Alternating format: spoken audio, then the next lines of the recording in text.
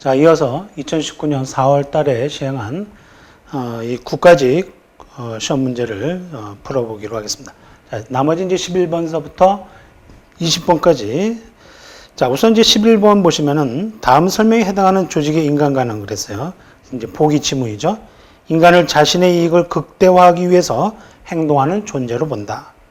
두 번째, 인간은 조직에 의해서 통제, 동기화되는 수동적 존재이며 조직은 인간의 감정과 같은 주관적 요소를 통제할 수 있도록 설계돼야 한다.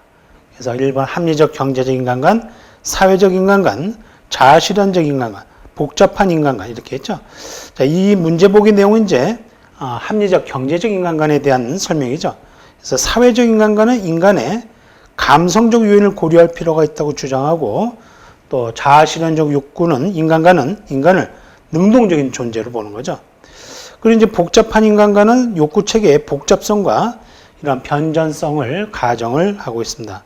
자, 그래서 여기에서 합리적 경제적 인간관은 인간을 자신의 이익을 극대화하기 위해서 행동한 존재로 보는 게 합리적 경제적 인간관이죠. 그래서 합리적 경제적 인간관을 얘기하고 있고요.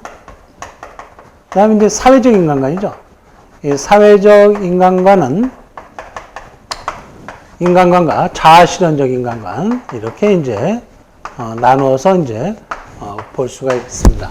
그래서 인간관계론, 인간관계론이 여기에 해당이 되죠. 인간관계론. 그래서 이 메이오가 주축이 되었던 이제 이 인간관계론. 합리적 경제적 인간관은 이제 메슬로의 인간관을 이야기하고 있고요. 그래서 특히 이제 고전적인 인간관, 고전적 행정이론에서 이 강조하는 이론이 합리적 경제적 인간관을 제시하고 있습니다.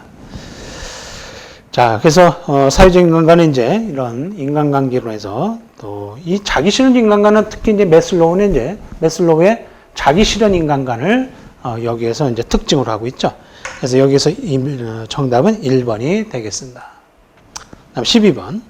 근무성적 평정에서 나타나기 위한 집중화 경향과 관대화 경향을 시정하기 위한 방법으로 적절한 것은 그랬습니다. 자, 1번 자기평정법, 2번 목표관리제 평정법, 3번 중요사건 기록법, 4번 강제배분법인데, 여기서 이제 근무성적 평정에서 나타나기 쉬운 집중화 경향, 관대화 경향. 그러니까 이 집중화 경향은 이제 중간 점수를 부여를 하는 거고, 관대화 경향은 이제 항상 후한 점수를 부여를 하는 거죠. 그러니까 이러한 경향을 막기 위한 방법으로는 강제 배분법이죠, 4번. 그래서 성적 분포의 비율을 미리 정해 놓는 겁니다. 그래서 강제 배분법이 집중화 경향이나 관대화 경향을 방지할 수가 있죠. 자, 여기서 이제 1번의 자기평정법은 피평정자가 자기 자신의 근무 성적을 이제 평정을 하는 것을 말하고요. 목표관리제 평정법은 이제 부하와 상사가 같이 면담을 통해서 개인의 목표와 조직의 목표를 일치시키는 이러한 작업이고요. 중요사건 기록법은 이제 피평정제 근무 실적에 큰 영향을 주는 이런 중요 사건들을 기술하는 이런 방법이 되겠습니다. 그래서 여기에서는 4번이 정답이 되겠죠. 13번을 보겠습니다. 자, 정부가 동원하는 공공재원에 대한 설명으로 옳지 않은 것은 그랬어요. 1번 조세로 투자된 자본시설은 개인이 대가를 지불하지 않은 것으로 인식되어 과다 수요 혹은 과다 지출되는 비효율성 문제가 발생할 수 있다. 2번 수익자 부담금은 시장기구와 유사한 메커니즘을 통해서 공공서비스 최적 수단을 지향하여 자원 배분의 효율성을 제고할 수 있다. 3번 국공채는 사회간접자본에 관한 사업이나 시설로 인해서 편익을 얻게 될 경우 후세에도 비용을 분담하기 때문에 세대 간 형평성을 훼손시킨다라고 했는데 3번은 이제 틀렸죠. 이 국공채는 이제 국가나 지방자치단체가 이 공공지출 경비의 지출을 재원을 조달하기 위해서 부담하는 채무가 되겠죠.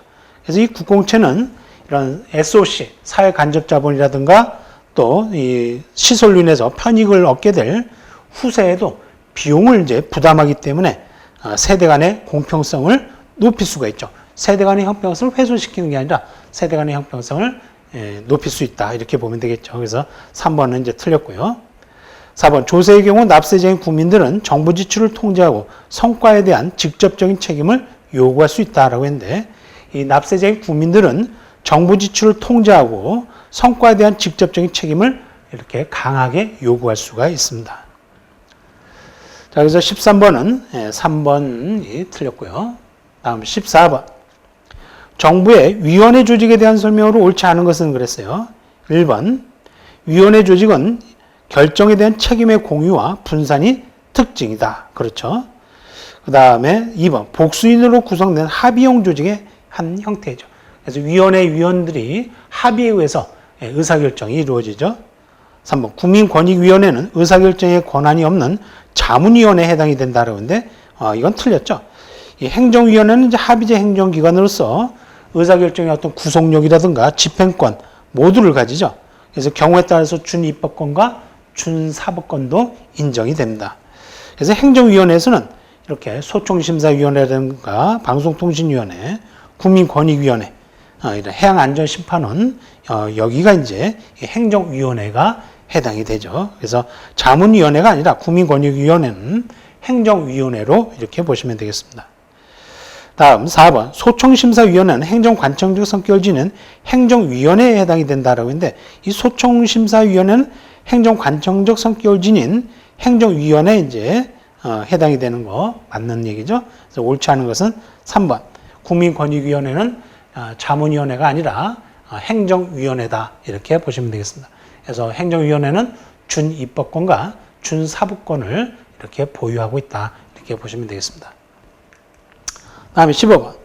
리더십에 관한 설명으로 옳지 않은 것은 그랬어요. 1번. 특성론에 대한 비판은 지도자의 자질이 집단의 특성, 조직 목표, 상황에 따라 완전히 달라질 수 있고 동일한 자질을 갖는 것은 아니며 반드시 갖춰야 할 보편적인 자질은 없다는 것이다. 2번. 행태이론에서는 눈에 보이지 않는 능력 등 리더가 갖춘 속성보다 리더가 실제 어떤 행동을 하는가에 초점을 맞추고요. 3번. 상황론에서는 리더십을 특정한 맥락 속에서 발휘되는 것으로 파악해서 상황 유형별로 효율적 리더의 행태를 찾아내기 위한 연구를 수행하였다. 4번. 번스의 리더십 이론에서 거래적 리더십은 카리스마적 리더십을 기반으로 하므로 카리스마적 리더십과 중첩되는 측면이 있다라고 했는데, 자, 여기서 이제 이 번스 리더십 이론에서 거래적 리더십은 이런 지시적 리더십이나 지원적 리더십의 역할을 수행하는 리더십이죠. 그래서 이 거래적 리더십은 이제 업무를 할당하고 거기에 대한 평가를 통해서 보상을 해주는 이런 리더십이죠. 그리고 이제 변혁적 리더십, 바스와 아볼리가 제시한 이 변혁적 리더십, 변혁적 리더십은 이제 카리스마적 리더십,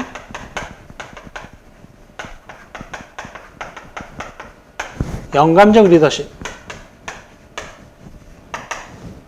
개별적 배려,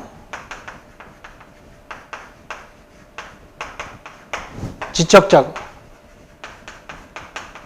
이게 이제 네 가지가 이 변혁적 리더십입니다. 그래서 이 변혁적 리더십의 구성 요소는 바스와 아볼리오가 제시한 구성 요소죠. 그래서 이 변혁적 리더십과 반대되는 게 이제 이 거래적 리더십입니다. 이 거래적 리더십은 이제 전통적 리더십이라고 해갖고 업무를 할당해주고 여기에 따라서 평가를 통해서 보상이 뒤따르는 이러한 리더십, 전통적 리더십을 거래적 리더십이다 이렇게 이야기를 하죠. 자, 그래서 옳지 않은 것은 여기서 4번이 틀렸죠. 그래서 변혁적 리더십은 이렇게 조직의 노선과 문화를 바꾸고 또 변화 추구적이고 개혁적인 이런 리더십을 변혁적 리더십이라고 합니다. 그래서 카리스마적 리더십과 중첩되는 게 아니라 완전히 반대되는 이런 개념이죠. 다음에 16번. 동기이론에 대한 설명으로 옳지 않은 것은 그랬습니다. 자, 1번. 매슬로우는 충족된 욕구는 동기부여의 역할이 약화되고 그 다음 단계의 욕구가 새로운 동기 요인이 된다고 하였다. 맞죠? 이 매슬로우는 이제 이 하위 욕구가 부분적으로 충족되었을 때 상위 욕구로 반로된다고 했어요. 그래서 이 매슬로우는 이렇게 그 충족된 욕구는 이렇게 동기부여의 역할이 이제 약화되고 그 다음 단계 욕구가 새로운 동기 요인이 된다고 했고요. 2번. 엘더퍼는 매슬로의 5단계 욕구 이론을 수정해서 인간의 욕구를 3단계로 나눴다. 그래서 이 엘더퍼는 이제 ERG 이론이죠. 이 엘더퍼 이론은 이제 ERG 이론이 되겠습니다. 그래서 이그지스턴스 생존, 릴레이트니스 관계, 그로스 성장. 그래서 이렇게 3가지로 이렇게 존재 그리고 관계, 성장 3가지로 욕구를 분류한 이 엘더퍼죠.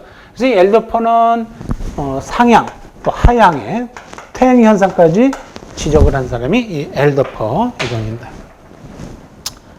그래서 이것도 맞죠. 그다음 3번. 허츠버그는 불만 요인을 없앤다고 해서 적극적으로 만족감을 느끼는 것은 아니라고 했다. 그렇죠? 허츠버그는 이 불만과 만족은 별개의 차원이라고 했어요. 그래서 상호 독립되어 있다고 보고, 그래서 이 불만 요인, 위생 요인을 없앤다고 해서 만족을 느끼는 것은 아니라고 했습니다. 4번.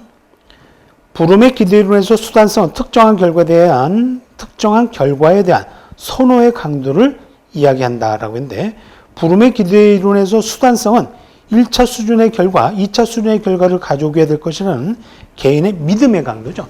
그래서 이 부름은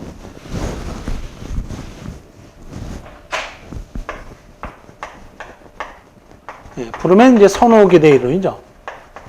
선호 기대 이론. 이 부름은 이제 어떤 노력을 하게 되면 1차 결과가 올 것이다라는 거죠. 또 이 1차 결과는 또 2차 결과로 이어질 것이다. 그래서 어떤 성과가 주어질 것이다. 그리고 1차 결과, 보상이 주어질 것이다. 그래서 이 보상은 이제 유인가라고 하죠. 유인가. 요게 이제 수단성이죠. 1차 결과가 2차 결과가 올 것이다라는 게 이제 수단성이고요. 이건 이제 노력을 하게 되면 1차 결과가 올 것이다라는 것은 기대감이죠. 기대감. 그러니까 이 수단성은 개인의 믿음의 강도를 얘기합니다. 개인의 믿음의 강도. 수단성이라고 하죠. 자, 그래서 여기에서 옳지 않은 것은 이제 4번. 부름의 기대이론에서 수단성은 특정한 결과에 대한 선호의 강도가 아니라 1차 수준의 결과가 이 1차 수준의 결과가 2차 수준의 결과로 올 것이라는 어떤 개인의 믿음의 강도를 이야기합니다. 그러니까 여기서 이 4번이 틀렸죠. 이 4번이 틀렸습니다. 다음에 17번. 공무원의 근무 방식과 형태에 대한 설명으로 옳지 않은 것은 그랬어요. 1번. 유형 근무 제도는 공무원의 근무 방식과 형태를 개인, 업무, 기관 특성에 따라 선택할 수 있는 제도이다. 2번. 시간 선택제 근무는 통상적인 전일제 근무 시간보다 길거나 짧은 시간을 근무하는 시간제도. 시간 선택제. 그래서 이 시간 선택제 공무원은 이들 이제 통상 근무 시간, 주당 40시간 근무 공무원으로 임용하는 경우에 이렇게 이제 어떠한 우선권도 이제 인정하지 않고요. 그래서 40시간보다는 길거나 짧은 시간을 근무하는 이런 공무원을 시간 선택제 근무라고 합니다. 시간 선택제. 그래서 시간 선택제 임기제 공무원은 이렇게 일반 임기제 공무원과 전문 임기제 공무원 중에 통상 근무 시간보다 짧은 시간을 근무를 하는 게 맞고요. 그래서 여기서 시간 선택제 근무는 근무 시간보다 길거나 짧은 시간을 근무하는 제도가 아니라 이 통상 근무 시간보다 짧은 시간을 근무하는 겁니다. 그래서 2번이 이제 틀렸고요. 탄력 근무제는 전일제 근무 시간을 지키되 근무 시간, 근무일수를 자율 조정할 수 있는 제도가 탄력 근무제입니다. 그래서 이 탄력 근무제는 이제 시차 출퇴근형이라든가 근무 시간 선택형이라든가 재량 근무형이라든가 이런 선택을 하게끔 되어 있고요. 원격 근무제는 직장 이외 장소에서 정보통신망을 이용하여 근무하는 제도이다 그랬는데 이 원격 근무제 같은 경우 맞고요. 자, 그래서 여기에서 이제 그 시간 선택제 근무는 통상적인 전일제 근무 시간 주 40시간보다 길거나 짧은 게 아니라 짧은 시간을 근무하는 제도이다. 그래서 여기서 길거나를 빼야죠. 짧은 시간을 근무하는 제도. 이게 맞습니다. 그러니까 옳지 않은 것은 2번이 되겠죠. 다음 18번. 다음 설명에 해당하는 교육훈련 방법은 그랬어요. 서로 모르는 사람 10명 내외로 소집단을 만들어서 허심탄회하게 자신의 느낌을 말하고 다른 사람이 자신을 어떻게 생각하는지를 귀담아 듣는 방법으로 훈련을 진행하기 위한 전문가의 역할이 요구된다라고 했는데, 역할 연기, 이 역할 연기는 이제 롤 플레잉이라고 하죠. 그래서 이렇게 이제 아무래도 이제 그 역할에 대해서 서로 바꿔서 연기를 해보면서 그 사람의 이제 입장을 알아볼 수 있는 이런 방법이 되겠고요. 직무순환. 직무순환은 이제 여러분의 직무를 직접 경험하도록 하기 위해서 계획된 순서에 따라서 직무를 순환시키는 훈련이고요. 여기서 이제 감수성 훈련이 정답이 되겠습니다. 이 감수성 훈련은 이렇게 인위적 환경 하에서 이루어지는 스스로 하는 훈련입니다. 그래서 스스로 하는 훈련이 감수성 훈련이 되겠습니다.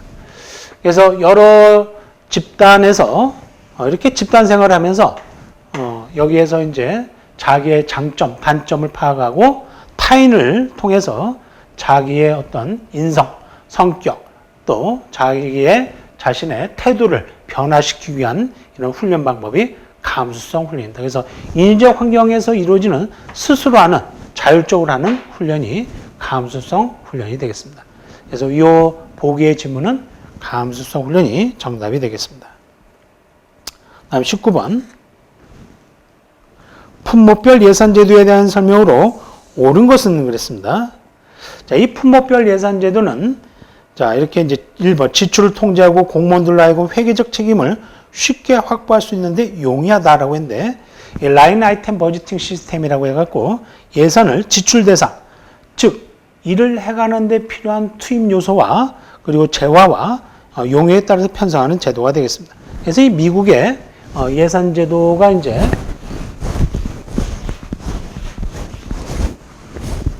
이 미국의 예산 제도가 이제 이 라인 아이템 버지팅 시스템 LIBS, 그다음에 이제 이 PBS 성과 예산 제도, 이 품목별 예산 제도에서 성과 예산 제도, 이제 PPBS,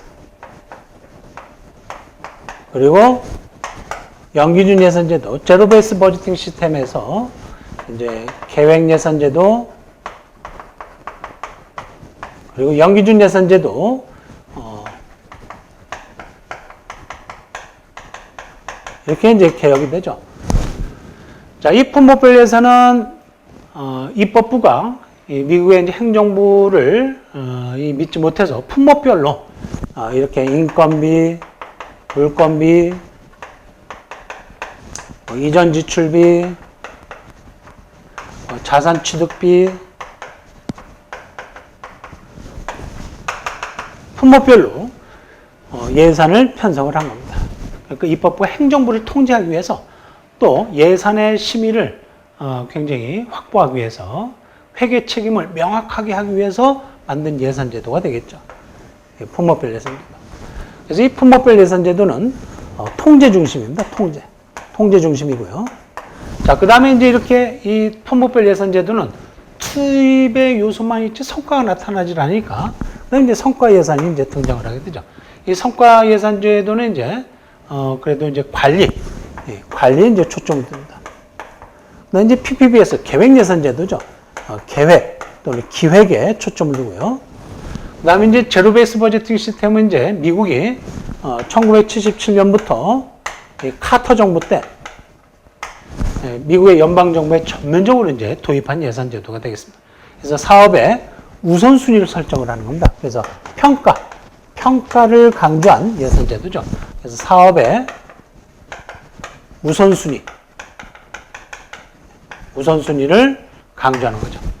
그래서 이 제로 베이스 버제팅 시스템은 이제 이 미국이 재정의 어떤 열악 이걸 이제 타개하기 위해서 점중주의 관행을 타개하기 위해서 극복하기 위해서 나온 예산 제도가 평가를 우선시하는 영기준 예산 제도가 되겠고요. PPBS는 이제 이 계획 그러니까 기획을 강조하죠. 기획. 그래서 장기적인 장기적인 프로그램과 이제 예산을 단기적인 예산을 결합시켜서 목표를 세워서 하향식으로 예산을 편성을 하는 이런 예산 제도가 되어 있고요. 성과 예산 제도는 이제 이 단위원가 곱하기 활동량.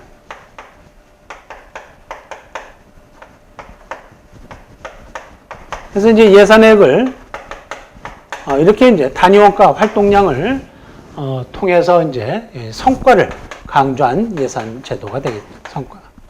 이제 현대에는 이제 신성과주의 예산 제도가 등장을 하죠. 신성과주의 예산 제도가 이제 아웃컴을 강조하는 신성과주의 예산 제도가 이제 현대 예산이 되겠고요. 자, 그래서 예산 제도에 대해서 봤고요. 그래서 1번이 이제 이렇게 지출을 통제하고 공무원들로 하여금 회계적 책임을 쉽게 확보할 수 있는 데 용이한 게 품목별 예산 제도 정답이 되겠습니다. 2번 미국 케네디 행정부의 국방장관인 맥나마라가 국방부에 최초로 도입했다. 이 맥나마라 국방부 장관이 도입한 예산제도가 이 계획예산제도입니다. 계획예산제도. 그래서 이 국방부 장관에 의해서 처음 이제 도입이 되었다가 그 후에 1965년 존슨 정부 때 도입이 된 이런 예산제도가 PPB였습니다. 다음에 3번 거리 청소, 노면 보수 등과 같이 활동 단위를 중심으로 예산 재원을 배분한다. 3번은 이제 성과 예산주의가 되겠죠. 성과주의 예산제도. 그래서 예산을 사업별, 활동별로 이제 편성을 해서 분류해서 편성을 하고 업무 단위와 이 원가와 양을 계산해서 편성하는 제도가 되겠습니다. 그래서 이렇게 거리 청소, 노면 보수 등과 같이 활동 단위를 중심으로 예산 재원을 배분하는 게 성과 예산 제도고요.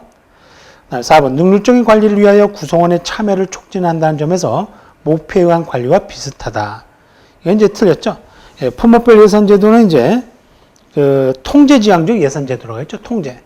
그래서 입법부의 재정 통제를 통해서 재정 민주주의 실현의 한 수단으로 등장을 한 예산 제도가 되겠습니다. 그래서 이 품목별 예산 제도는 이렇게 예산 편성이 상향적으로 이루어지는 것은 맞지만 상관과 부하가 함께 참여해서 목표를 설정하고 실행을 하는 이런 평가와 환류를 중시하는 목표관리 예산 제도와는 성격이 완전히 다르죠. 자, 다음에 이제 20번 보겠습니다. 예산 집행에 대한 설명으로 옳지 않은 것은 그랬어요. 1번 예산의 재배정은 행정부처의 장이 실무부서에게 지출을 할 수 있는 권한을 부여한다는 것을 의미한다. 맞죠? 그래서 기획재정부 장관은 이렇게 세입세출 예산이라든가 계속비 또 국고채무부담 행위에 대해서 배분을 하는 것을 예산의 배정이라고 하고 중앙관세장이 이제 4분기별로 예산을 배정받아서 그 하위 기관에 논아주는 것을 예산의 재배정이라고 합니다. 자, 그래서 이런 것도 지출을 할 수 있는 권한을 부여하는 것을 의미하고요. 다음에 2번 예산의 전용을 위해서는 정부 부처는 미리 국회의 승인을 받아야 된다라고 했는데 2번이 틀렸죠. 예산의 이용은 이제 입법과목관의 융통으로 국회 의결을 받아야 되지만 전용은 행정과목관의 융통으로 국회 승인 없이 기획재정부 장관의 승인을 받으면 되는 거죠.